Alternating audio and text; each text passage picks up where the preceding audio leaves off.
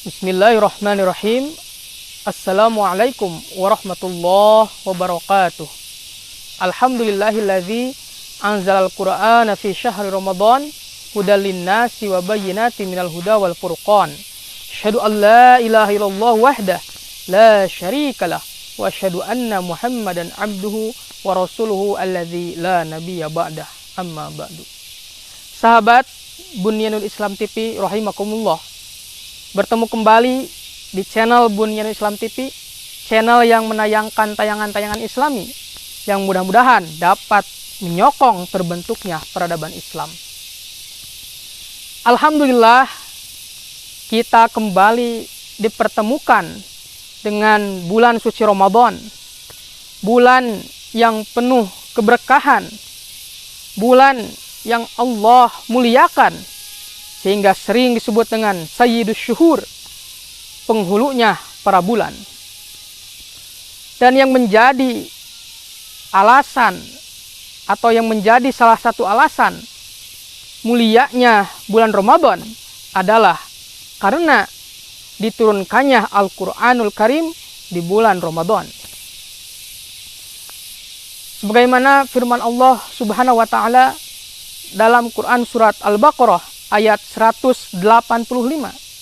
A'udzu billahi minasyaitonir rajim. Bismillahirrahmanirrahim. Syahrul Ramadan allazi unzila fihil Qur'an hudal linnas wa bayyinatin minal huda wal furqan. Faman syahida minkum asy-syahra falyasum. Wa man kana maridan aw ala safarin fa iddatum min ayyamin ukhra. Yuridullahu bikumul yusra wa la yuridu bikumul usra. Walitukmilul iddata walitukabbirullaha ala ma hadakum wa la'allakum tashkurun.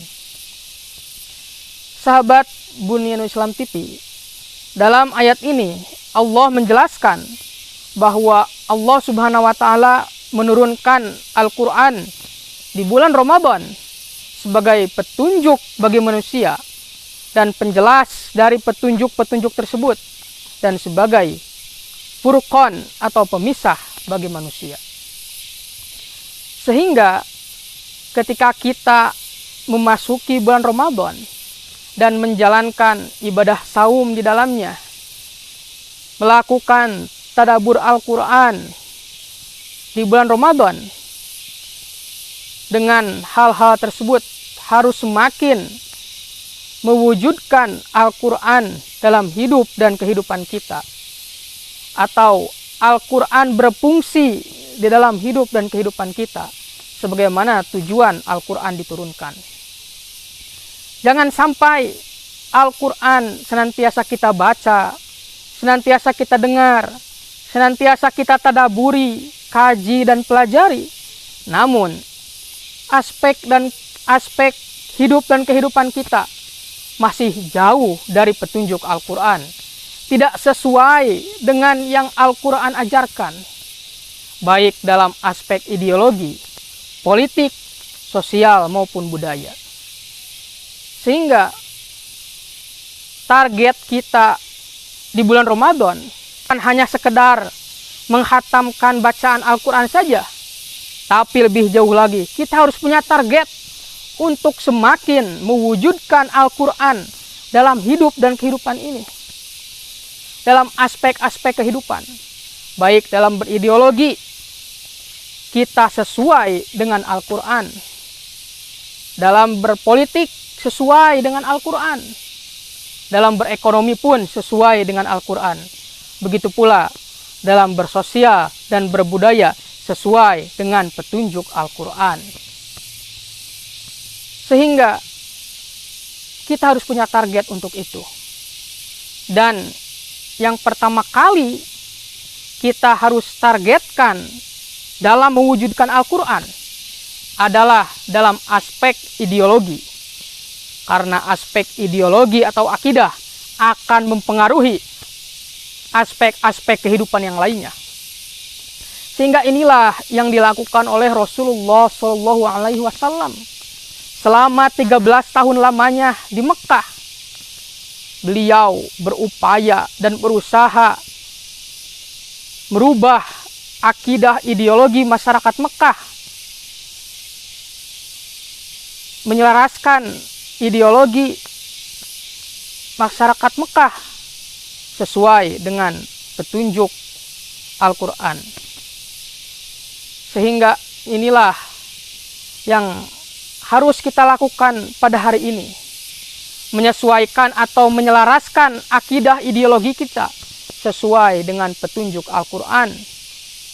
Sehingga dengan saum yang kita lakukan di bulan Ramadan atau tadabur Al-Quran yang kita lakukan di bulan Ramadan harus semakin mengikis praktik-praktik atau nilai-nilai kesyirikan yang masih kita lakukan, seperti menomorduakan Allah atau mencintai sesuatu melebihi cinta kita kepada Allah. Karena pada hakikatnya hal tersebut adalah bagian dari praktik-praktik kesyirikan. Sehingga harus semakin kita kikis ketika kita menjalankan ibadah saum di bulan Ramadan ini, dan lebih meningkatkan mahabbah kita, rasa cinta kita kepada Allah Subhanahu wa Ta'ala. Sehingga ketika aspek akidah ideologi kita sudah sesuai dengan Al-Quran, maka aspek-aspek kehidupan yang lain akan selaras dan sesuai dengan Al-Quran. Di dalam berekonomi tidak akan keluar dari tuntunan Al-Quran. Sehingga dengan saum yang kita lakukan di bulan Ramadan, dengan tadabur Al-Quran yang kita lakukan di bulan Ramadan, harus semakin mengikis praktik-praktik ribawi. Karena ribawi atau riba adalah sesuatu yang Allah haramkan. Sebagaimana dalam Quran surat Al-Baqarah ayat 275, wa ahallallahu al-bai'a wa harramar riba, dan Allah telah menghalalkan jual beli dan mengharamkan riba. Di dalam ayat tersebut sudah jelas bahwa Allah telah mengharamkan praktik riba. Dan yang harus kita pahami, yang terkena dosa dalam melakukan praktik riba bukan hanya orang yang melakukan praktik ribanya saja yang mendapatkan dosa, tetapi orang-orang yang secara tidak langsung, baik secara langsung terlibat di dalam praktik ribawi juga sama terkena dosa. Sebagaimana hadis Rasulullah SAW yang diriwayatkan oleh Imam Muslim, beliau melaknat orang yang memakan riba atau melakukan praktik riba, dan orang yang memberikan riba juga beliau laknat, dan orang yang mencatat riba dan orang yang menjadi saksi dari perbuatan riba juga Rasulullah SAW laknat. Beliau mengatakan semuanya sama terkena dosa dari praktik riba tersebut. Sehingga jangan sampai kita masih terjebak di dalam hal-hal tersebut. Mungkin masih sering terjadi kita tidak terlibat atau tidak meminjam uang dengan praktik riba, tetapi misalkan kita meminjamkan KTP kepada tetangga kita, kepada saudara kita sebagai jaminan kepada bank emok atau bank keliling. Pada dasarnya hal tersebut juga sama, mendukung perbuatan riba, sehingga terkena dosa dari riba tersebut. Juga bagian dari tolong menolong di dalam dosa dan kejahatan, dan hal tersebut dilarang oleh Allah Subhanahu wa Ta'ala, wala ta'awanu 'alal ismi wal udwan. Sahabat Bunyanul Islam TV rahimakumullah, begitu pula dengan aspek kehidupan yang lain, dengan saum yang kita lakukan di bulan Ramadan ini, dengan tadabur Al-Quran yang kita lakukan, di dalam bersosial juga harus semakin menambah perhatian kita terhadap batasan-batasan yang Al-Quran ajarkan di dalam bersosial. Karena di dalam Al-Quran juga diajarkan bagaimana kita seharusnya di dalam bersosial. Di antaranya ada batasan mahram dan ghair mahram yang harus kita perhatikan di dalam bersosial.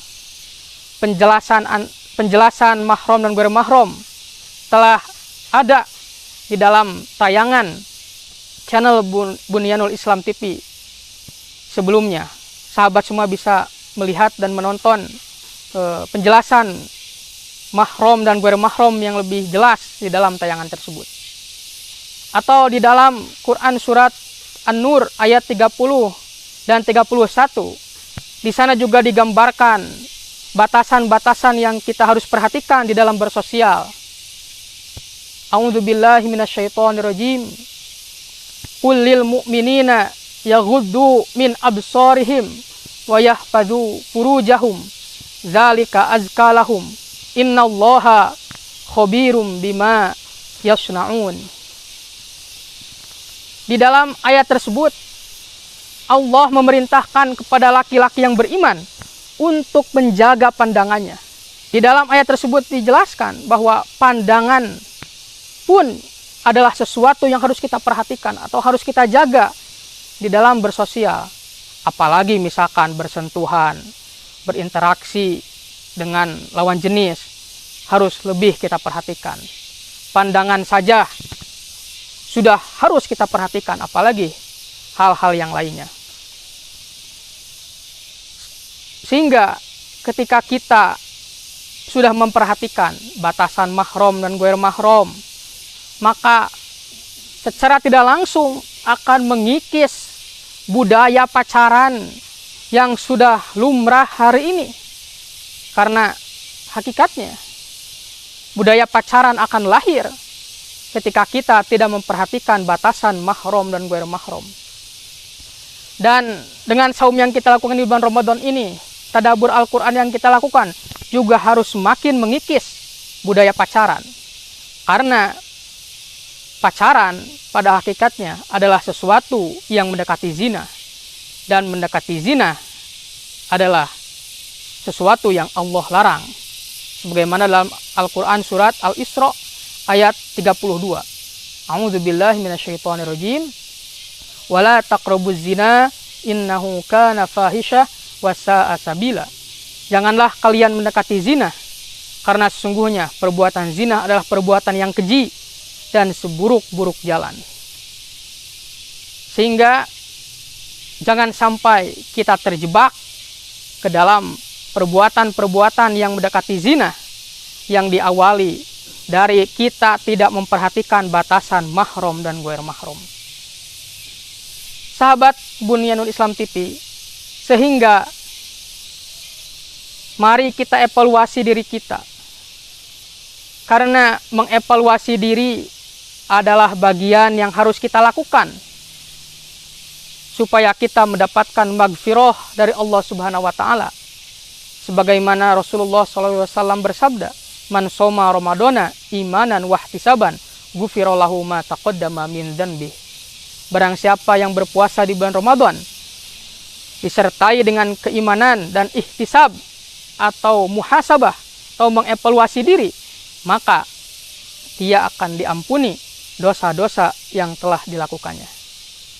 Dan salah satu yang harus kita evaluasi adalah sejauh mana kita mewujudkan Al-Quran dalam hidup dan kehidupan ini, atau sejauh mana kita menggunakan Al-Quran sebagai petunjuk, penjelas, dan pemisah di dalam hidup dan kehidupan ini. Sehingga aspek-aspek kehidupan kita semakin sesuai, selaras dengan petunjuk Al-Quran. Sahabat Bunyanul Islam TV, mungkin itu yang bisa saya sampaikan, mudah-mudahan dapat bermanfaat. Akhirul kalam, assalamualaikum warahmatullahi wabarakatuh.